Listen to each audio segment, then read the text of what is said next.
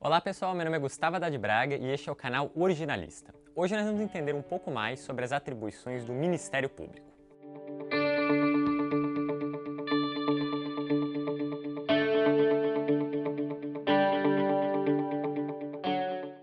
Em primeiro lugar, é importante a gente entender que o Ministério Público não faz parte nem de nenhum poder, nem da administração pública.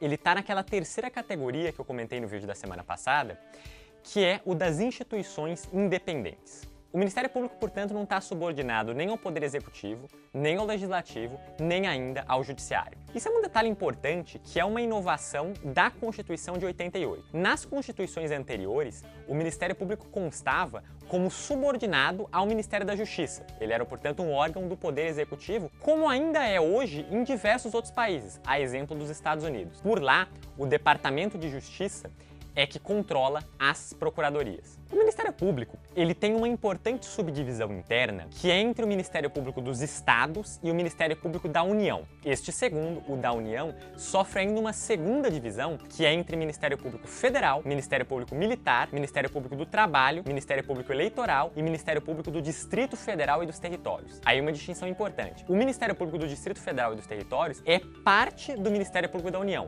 Portanto, não existe um Ministério Público exclusivo para o Distrito Federal como existe aí para os estados.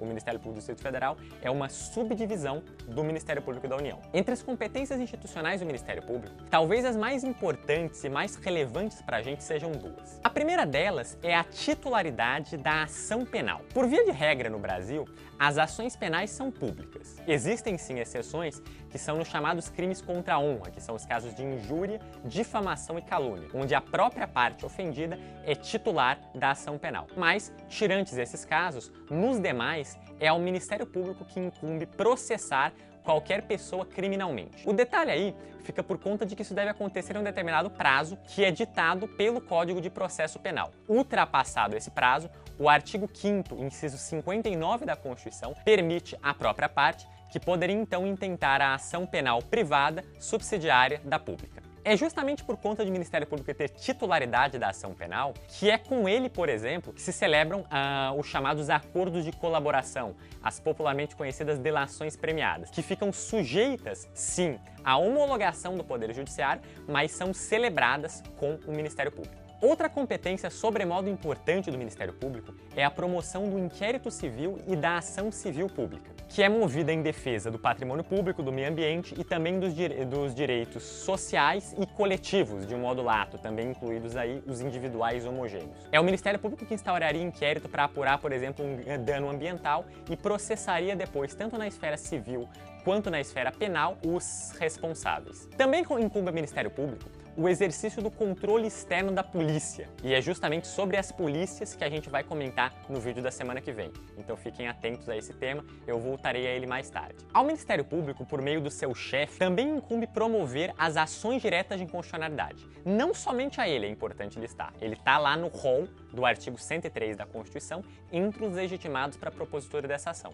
Nesse rol constam diversas outras autoridades, a exemplo do Presidente da República, das mesas da Câmara dos Deputados e do Senado Federal, os governadores de Estado do Distrito Federal, as próprias mesas de Assembleias Legislativas Estaduais ou da Câmara Legislativa do Distrito Federal, confederações sindicais ou entidades de classe de âmbito nacional, enfim, todas essas são instituições legitimadas para propor ações diretas de inconstitucionalidade. E o Ministério Público, por meio do Procurador-Geral, está lá entre essas instituições. De um modo geral, a gente pode dizer que o Ministério Público tem uma atuação ora como parte, quando é ele mesmo movendo a ação, e ora como custos legis, que é o chamado fiscal da lei. É aquele que vai fiscalizar a correta aplicação da lei pelo Poder Judiciário. Essa é a atribuição que ele exerce quando ele não figura como parte no processo. Bem entendido isso, é importante que fique registrado o paralelo dessa questão no âmbito estadual. Aos chefes do Ministério Público Estadual, incumbe promover ações de inconstitucionalidade, que no caso são chamadas representações de inconstitucionalidade, quando determinada norma, quer de âmbito municipal,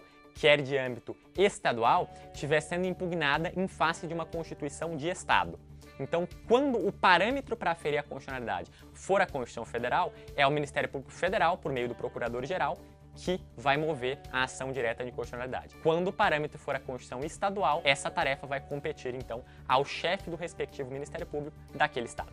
Aproveitando esse gancho, vamos tratar agora de como é escolhido o chefe da instituição. No caso dos estados, do Ministério Público dos Estados, existe previsão constitucional expressa no sentido que a própria instituição, nos termos de lei, estabeleça por eleição uma lista tríplice que é encaminhada então ao governador do estado para que ele escolha um nome dentro estes da lista tríplice e indique então para o cargo de Procurador-Geral da Justiça daquele estado. Já no caso federal, essa previsão não existe. Vem havendo aí alguma tendência, e alguma manifestação do Ministério Público Federal no sentido de formar essa lista tríplice e enviá-la como sugestão ao presidente da República.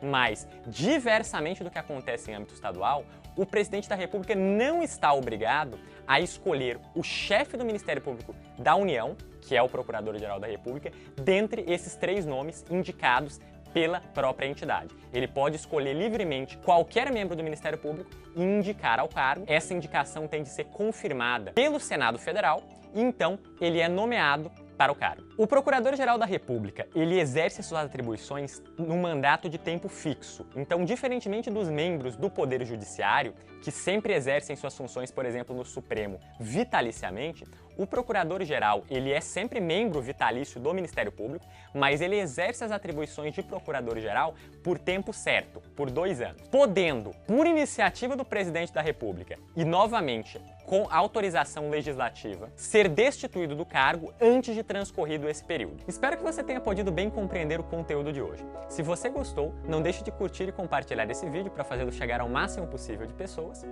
E, se você é novo no canal, se inscreva e ative as notificações para receber todas as quintas-feiras às 19 horas um novo vídeo nosso. Um abraço!